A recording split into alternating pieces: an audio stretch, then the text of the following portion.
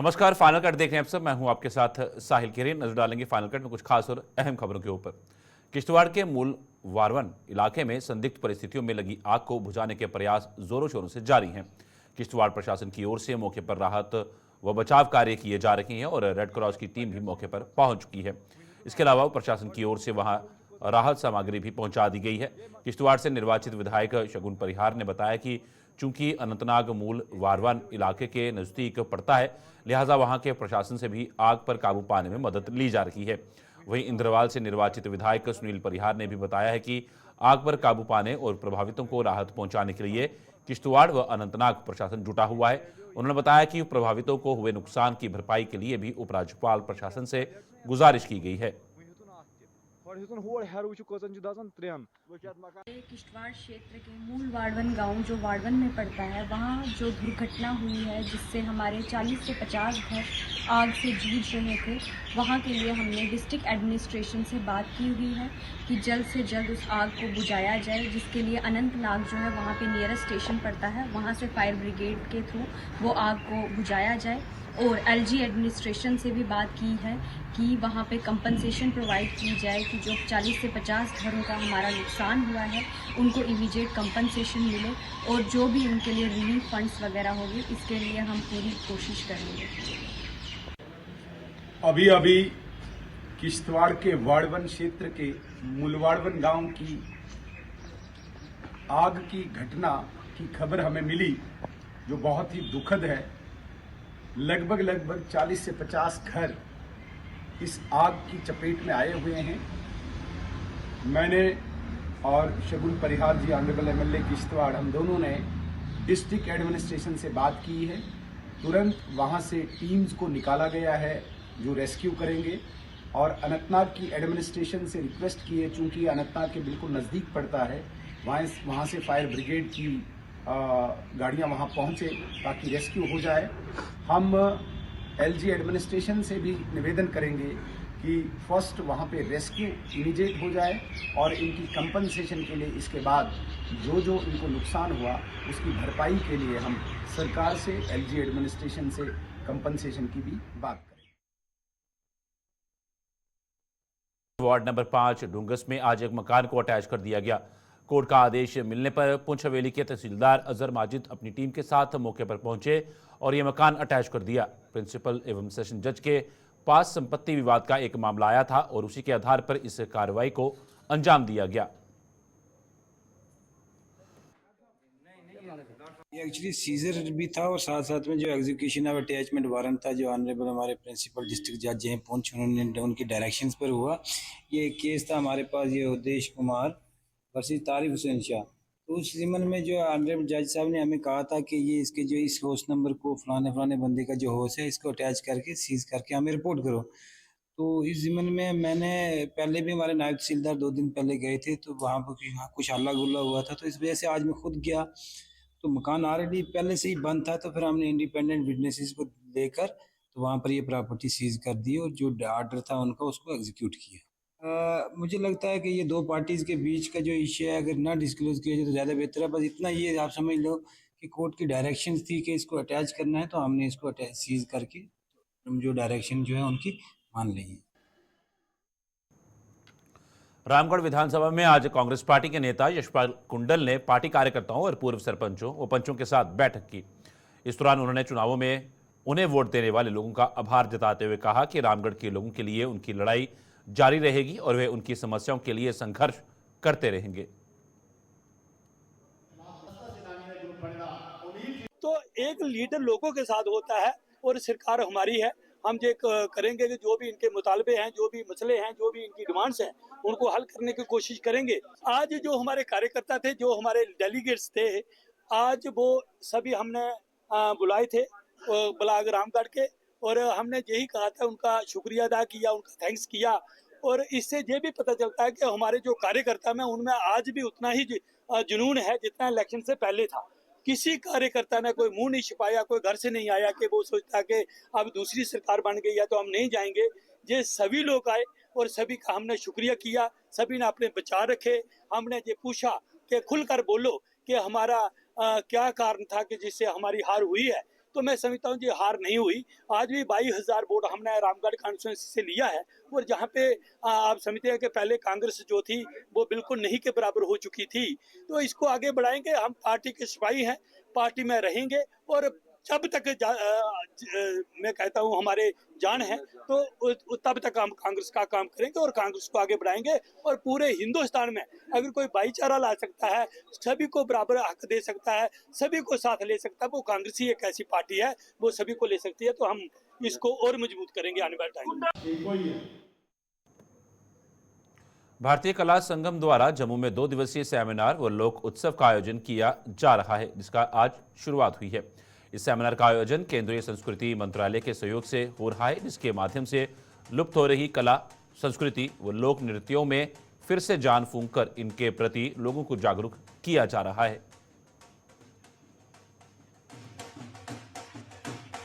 आज का जो कार्यक्रम हो रहा है वो भारतीय कला संगम की तरफ से पेश किया जा रहा है। सेमिनार कम 2 डे फोक फेस्टिवल, इसको सपोर्टेड कर रहे हैं ministry of culture, government of India.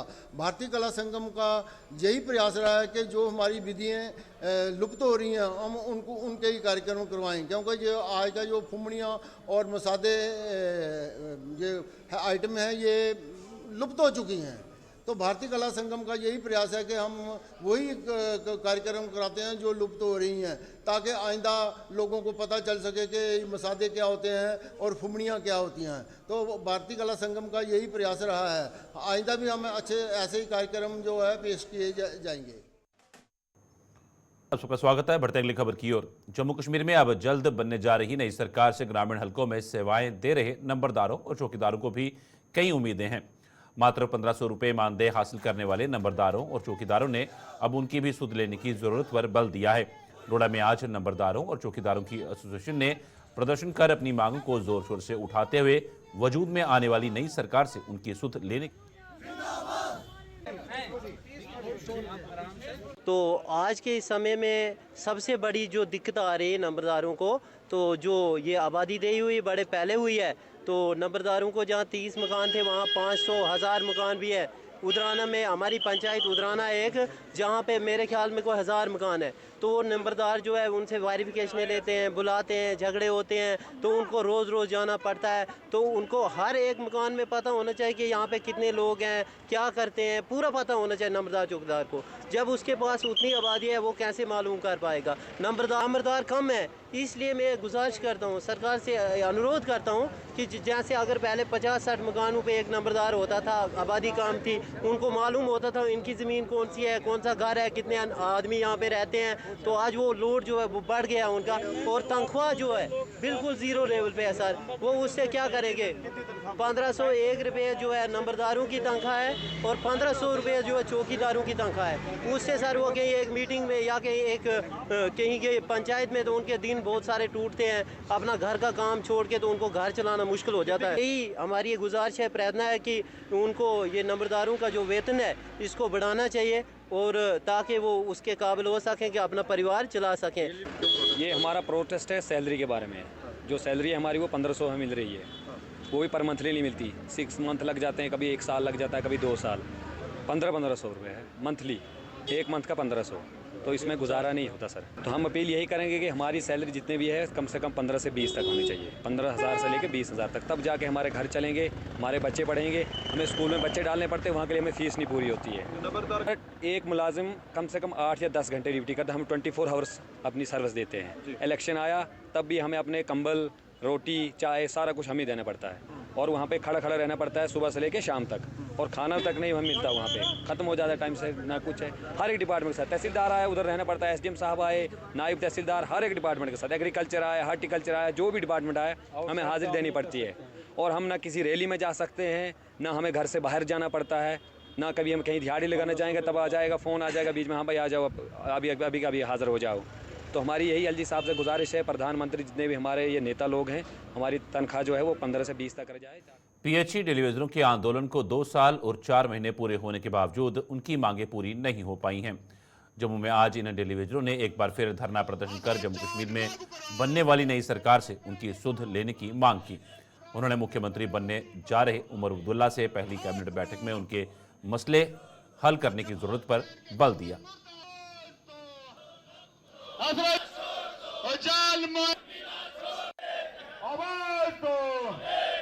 Province आज हमारे धरने प्रोटेस्ट को 2 साल 4 महीने होने वाले हैं और इन 2 साल 4 महीनों में जो 22 जून 2022 को हमने अपने हक सच मान सम्मान की लड़ाई शुरू की थी कि हमारी थाली में रोटी नहीं है, हमारे बच्चों की स्कूल के एजुकेशन के पैसे नहीं है, हमारे बुजुर्गों के लिए जो घर में हमारे बुजुर्ग बीमार है उनकी मेडिसिन के लिए हमारे पास पैसे नहीं है, और उसके अलावा 94 से लेके लगातार जो हमारा शोषण हो रहा है उस शोषण के खिलाफ जो हमने आवाज उठाई थी, हम उमर साहब को अपील करते हैं कि आप इस यूटी के चीफ मिनिस्टर बनने वाले हो और 2014 में जो आपने कैबिनेट साहब कमेटी बनाई थी उस कमेटी की रिपोर्ट आज 10 साल से यहाँ इम्प्लीमेंट नहीं हुई। हम ये आपसे उम्मीद करेंगे कि आप चीफ मिनिस्टर बनते ही पहली कैबिनेट में उस कैबिनेट सब कमेटी की रिपोर्ट को इम्प्लीमेंट करो। SRO 64 के सारे बेनिफिट हम लोगों को दो और इससे ज्यादा हमारी कोई डिमांड नहीं है। 450 करोड़ के शक्ल में हमारा पेंडिंग सरकार के पास पड़ा हुआ है। उसके अलावा जो हमारे साथी 60 साल के इन 10 सालों में रिटायर हो घर चले गए उनको वे सारे बेनिफिट दिए जाएं और जो साथी इस दुनिया को छोड़ के चले गए जिनको हम शहीद कहते हैं उनके परिवार के सदस्य को इन सारी मांगों के अलावा हमारी कोई ज्यादा मांग नहीं है क्योंकि हमारी जायज मांगे SRO 64 94 से पहले जो हमारे साथी लगे थे उन पे इम्प्लीमेंट होता रहा।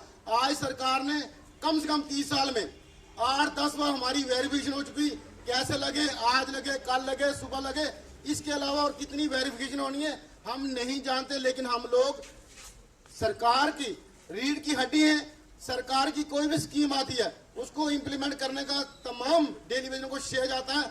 आज जितने हमको ये कैजुअल डेलीवेजन दिख रहे हैं ये हमारा सिंबॉलिक प्रोटेस्ट है।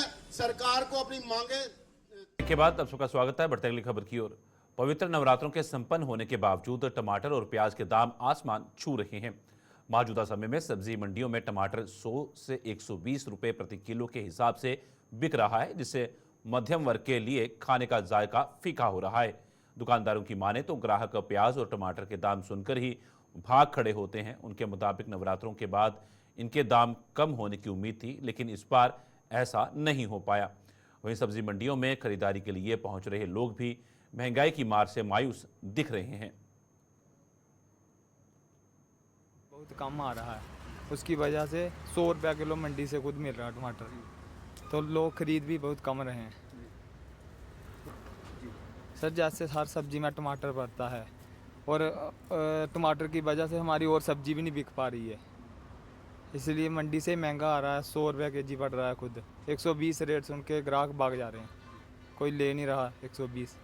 जैसे कि नवरात्रे चल रहे थे, लोगों ने सोचा था कि नवरात्रों के बाद टमाटर सस्ता होगा और ज़्यादा महंगा हो गया है और ग्राहक भी नहीं चढ़ रहा है। टमाटर ही पूछते हैं सबसे पहले, लोग भाग ही जाते हैं, तो इसकी वजह से हमारी बिक्री भी नहीं हो रही है।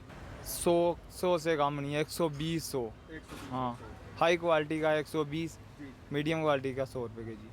हाँ सर, हम चाहते हैं कि प्रशासन इस पे ध्यान दे। सब्जी इतनी महंगी होगी तो दिहाड़ी लगाने वाला बंदा कैसे खा पाएगा। तो देखो सर, ये उसमें वो तो है कि कई बातें कि जो मिडिल क्लास की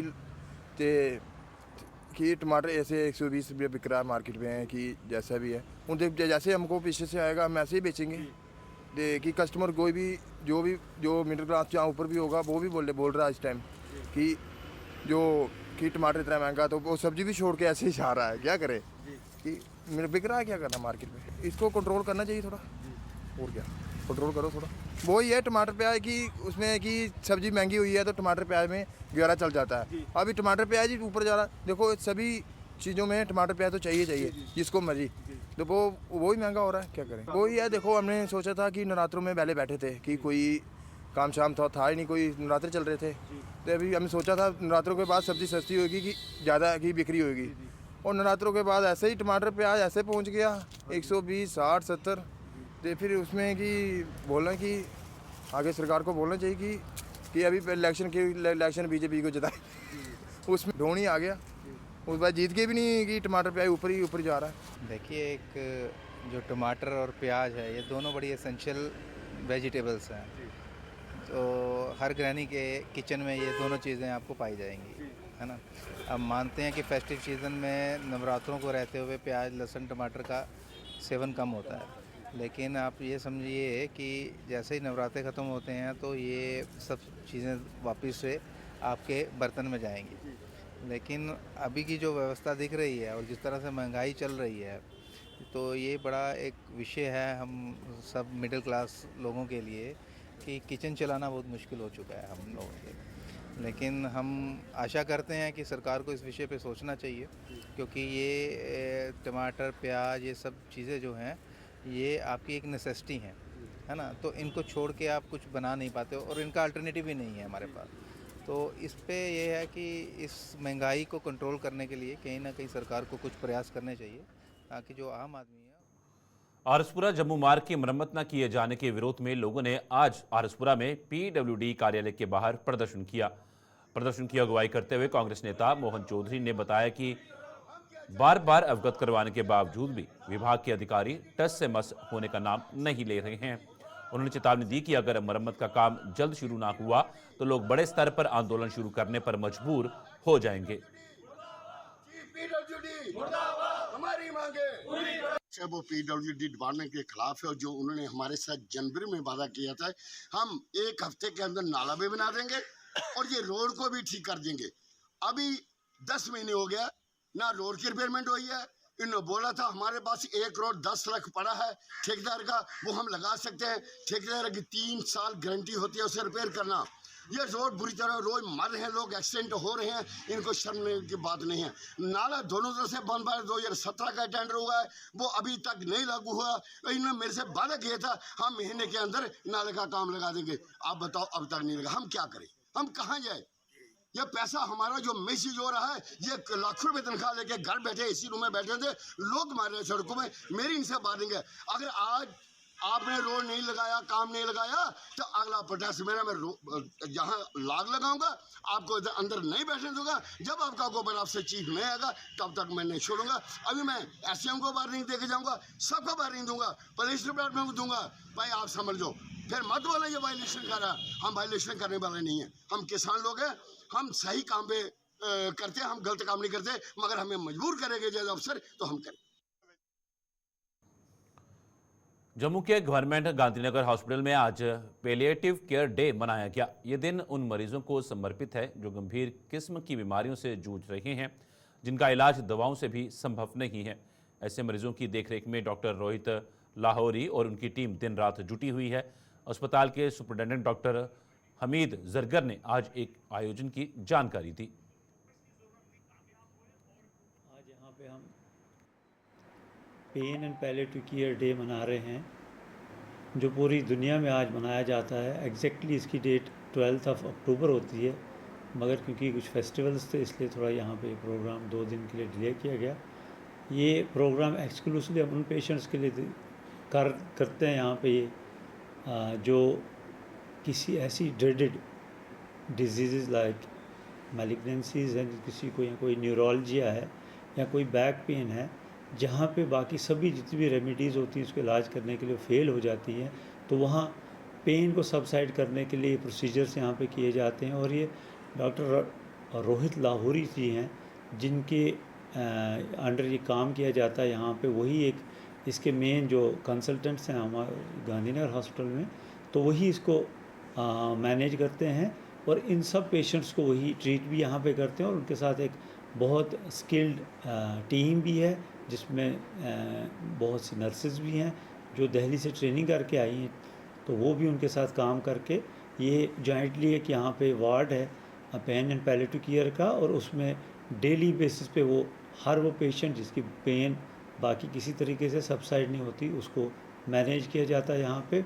मोस्टली यहाँ पे जो केसेस होते हैं वो जिसको आप कैंसर बोलते हैं, कैंसर के पेशेंट्स होते हैं जिनको कुछ ऐसी पेन्स होती हैं जो दवाइयों से ठीक नहीं होती, उनको लोकली इंजेक्शन करके या उनको अंडर अल्ट्रासाउंड गाइडेड इंजेक्ट करते हैं, ब्लॉक्स देते हैं ताकि उनकी पेन जो सबसाइड। गुलिस्तान पर खबरों का सिलसिला यूं ही चलता रहेगा। फिलहाल फाइनल कट में इतना ही, दीजिए इजाजत, नमस्कार।